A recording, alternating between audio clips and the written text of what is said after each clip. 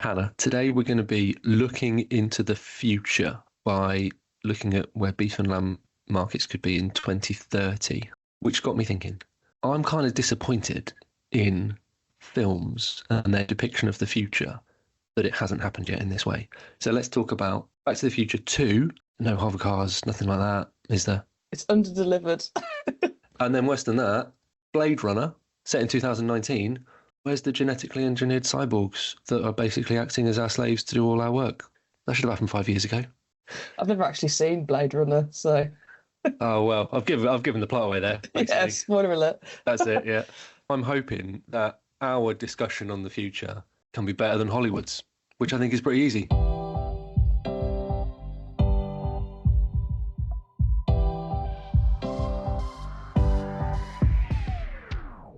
Hello, welcome to Agonomics with me, David Udall, a weekly look at the economics of agriculture.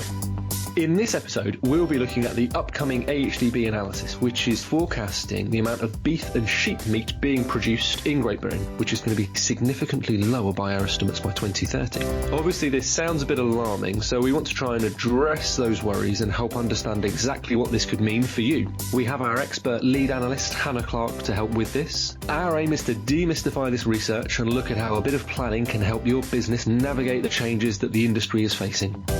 Please follow or subscribe to this podcast to make sure you don't miss an episode. New shows drop every Wednesday at midday, and please get in touch. Comment on any of AHDB's social channels or email us agonomics@ahdb.org.uk and let us know where you're listening.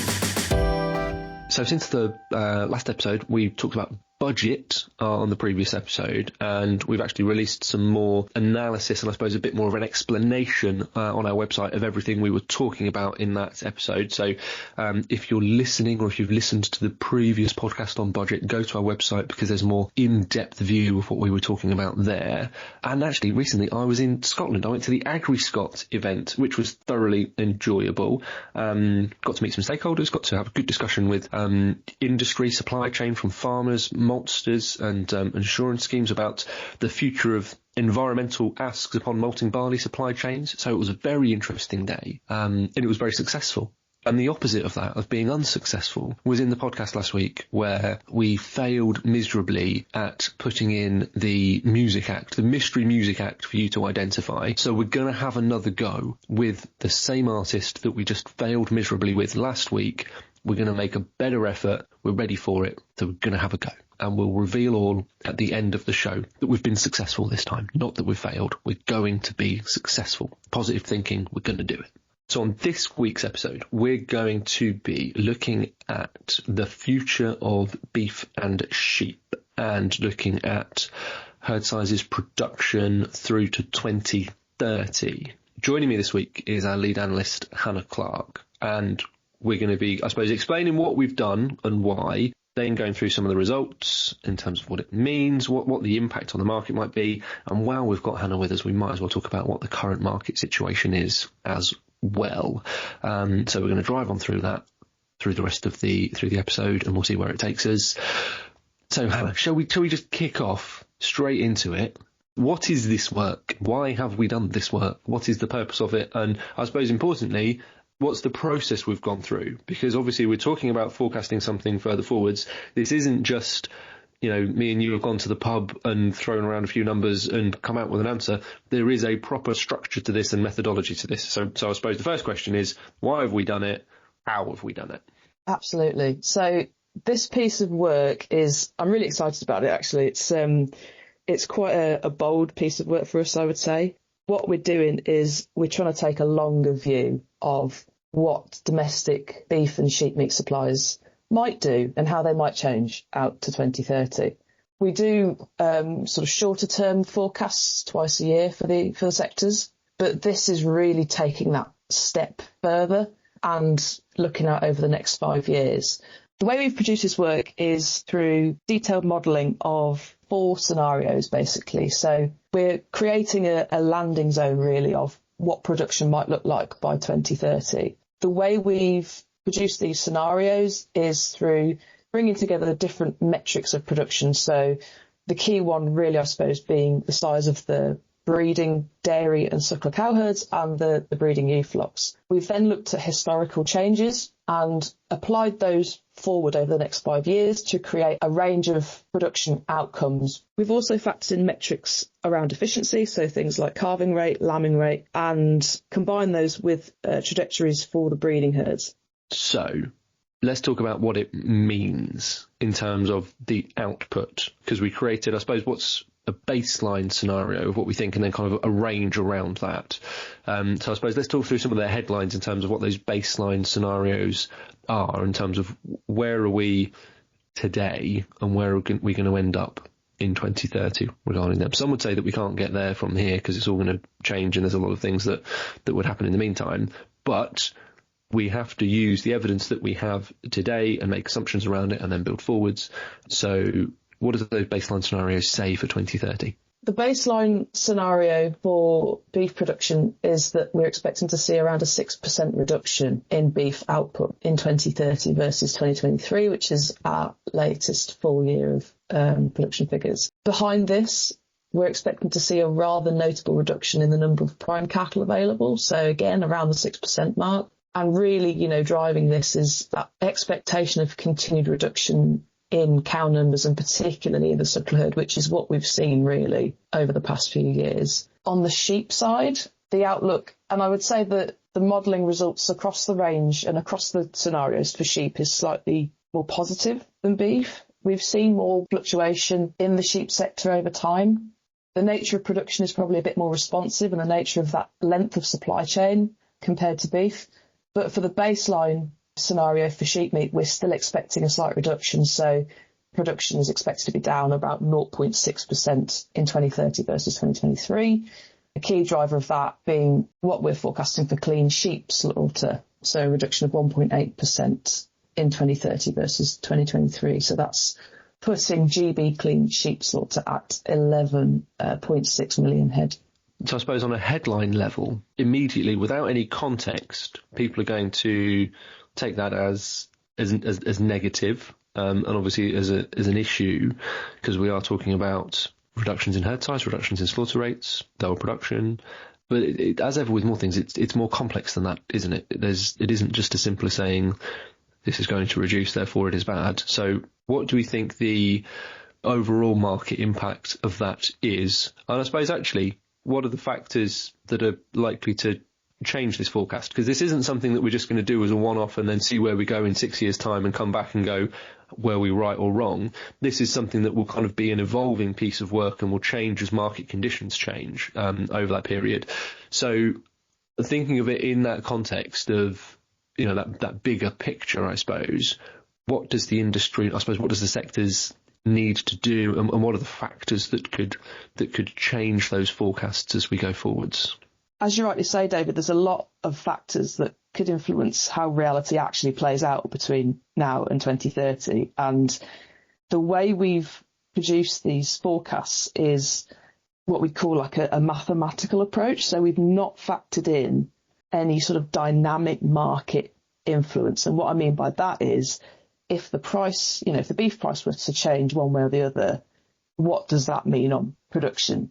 If government policy were to change in a way that affected producers' intentions, that's not been factored into our analysis. There's so many market variables, it's impossible to factor everything in accurately because your model would just be enormous. And so the way we've done this modelling is to keep it as simple as possible and to keep it based on historical trends.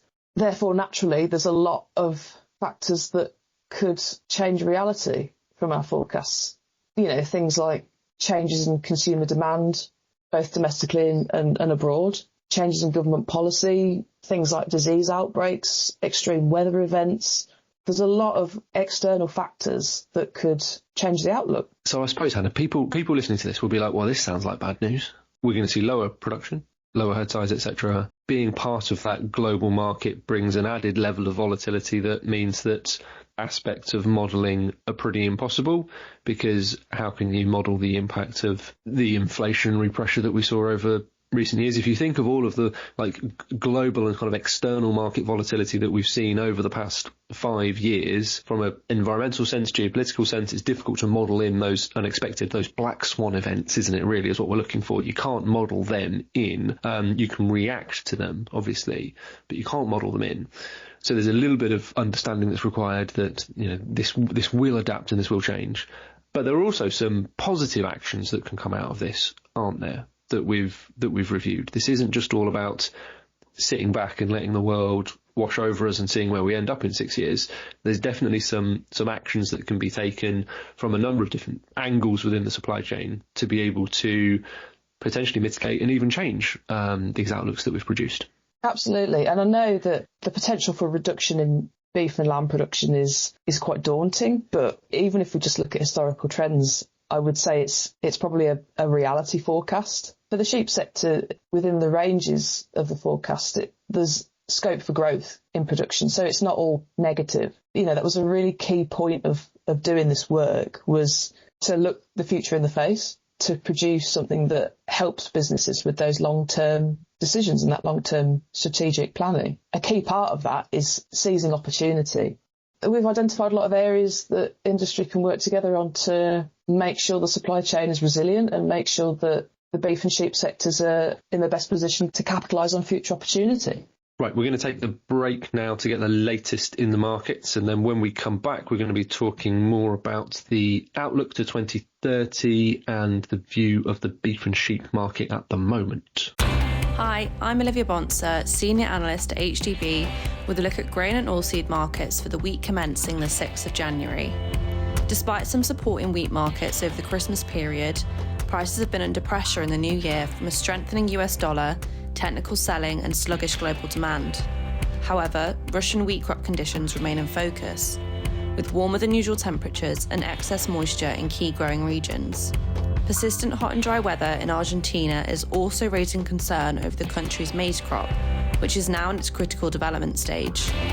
For rapeseed, new crop prices are supported, with doubts over prospects for global rapeseed production in 2025, though forecasts of heavy soybean supplies from South America limit any major price increases.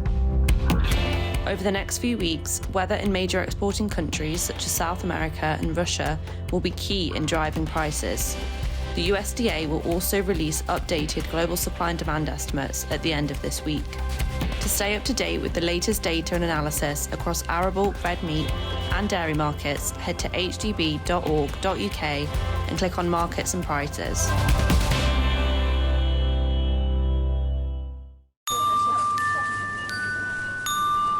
If you're in the market for another podcast to subscribe to, then look no further than our Manager's Special, AHDB's Food and Farming podcast. Recent episodes include a consumer insight offering on red meat labels and supermarket aisles, as well as a dairy special about our work with retailers to promote milk. If you're after herbs, or rather herbal lays, our shelves are stacked with sage advice on how to introduce lucerne and clover into your fields. In fact, we cater for all tastes, so you'll find sections dedicated to all sectors: pork, cereals and oilseeds, dairy and beef and lamb. And don't forget our middle aisle, where you can often pick up a bargain episode you didn't know you needed to listen to. Search Food and Farming wherever you get your podcasts. AHDB thanks you for your custom.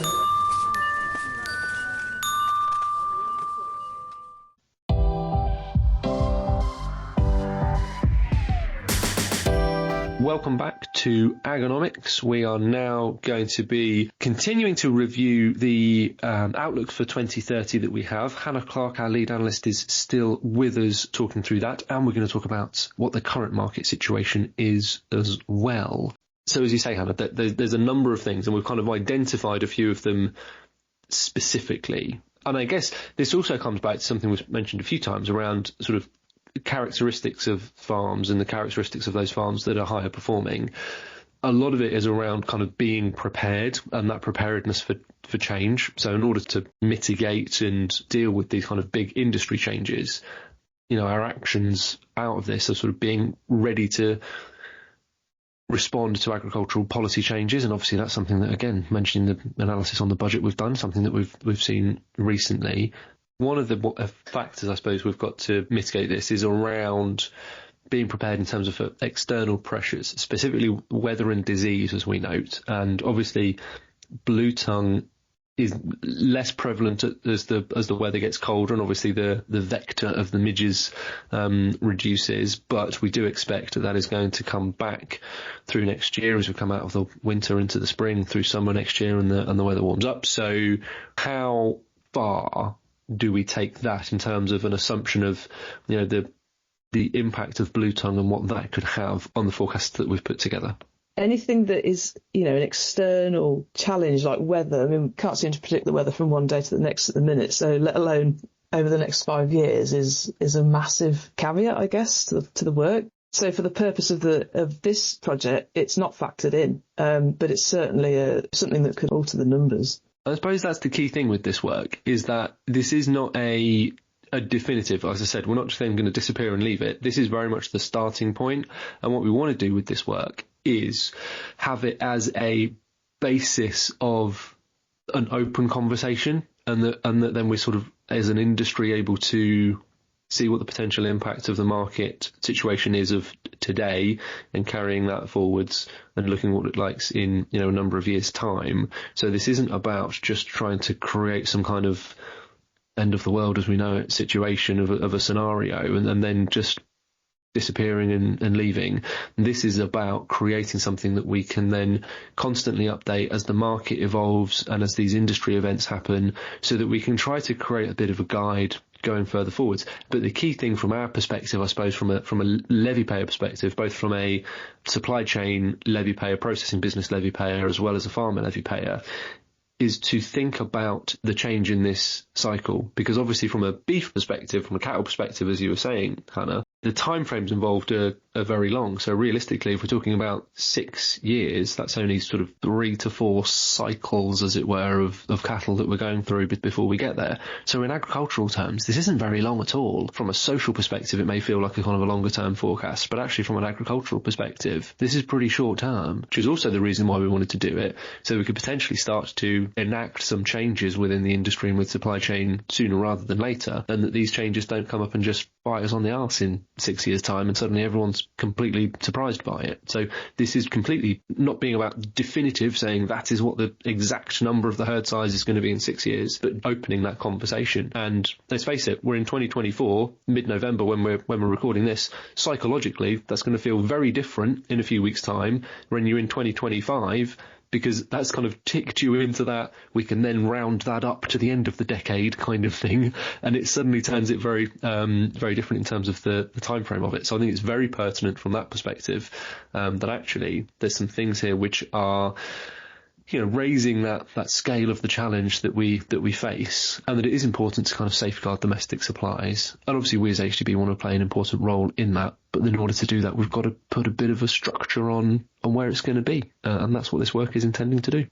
We've spoken about further forwards in terms of what the world is looking like in a number of years' time, but what's going on in the cattle and sheep world today that people need to know about? So I suppose the headline things are really where prices are. For beef, you know, on prime cattle, we've just seen price increase after increase for really the last 3 months. What's driving that? Well, the price direction has come despite the fact we've seen more cattle slaughtered during that time. And, you know, it was above our forecast, certainly for Q3. We saw really strong numbers forward. On the other side of that, retail demand's been pretty strong. And we've also seen growth in exports as well, which will, as we've sort of talked about, will be increasing value back to the domestic market. But when we look at future supplies, data from the British Cattle Movement Service shows that numbers are reducing, and the outlook for 2025 is that we'll see lower production than we have done this year. And that's really been driven by reductions in the number of cows, primarily coming out the suckler side. So we're still seeing quite strong kills. And where are we now? Middle of November. My key question really is when are we going to start to see those supplies correct? And when are we going to start to see that tightness really come through? So I suppose all eyes really on cattle supplies for that side of the market. On the sheep side, prices are historically still quite strong, although they've been on a bit of a downwards trajectory over the last couple of weeks and months as more new season supplies come forward. But we're still seeing significant tightness in the number of lambs on the ground. and the number of lambs being slaughtered. And really that's keeping those prices where they are. Equally, retail demand's been really strong for lamb as well, which is positive. But we are still seeing, similarly with beef, we are seeing growth in import. So on the sheep meat side, product coming in from New Zealand. A key question for me for lamb is just where are they? Have we seen more losses than we were expecting through the spring? Because if killers just been so low, and the question is, are they there to come through in the coming weeks and months, or are they just not there at all? So have we seen more losses through the spring than we were forecasting? We saw a lot of poor weather and disease around that time, so there's a bit of uncertainty in where those sheep numbers might go. Thank you, Hannah. Thank you for joining us. You've answered my question of what is the future, and I think we've done a better job than Hollywood, because they don't put any caveats or disclaimers in their movies to say this future may not happen in this way. So I think we're definitely doing a better job than Hollywood writers on that. Well, we have been more successful this week. Back on plan, we did get some song titles in, and it was REM, which I think as soon as I went through It's the End of the World as We Know It, everyone should have really got that in one go. That was the most obvious one. We did try to get some more obscure ones in, but it's difficult unless you go for the hits. And all of this talk about the future and beef and sheep works quite nicely, because for a fun fact, the Blade Runner film was based on Philip K. Dick's novel Do Androids Dream of Electric Sheep? And I wonder if there is an android thinking of electric sheep, and has that android done a forecast for what those sheep numbers are going to be like in 2030? If I ever meet that android, I will ask him.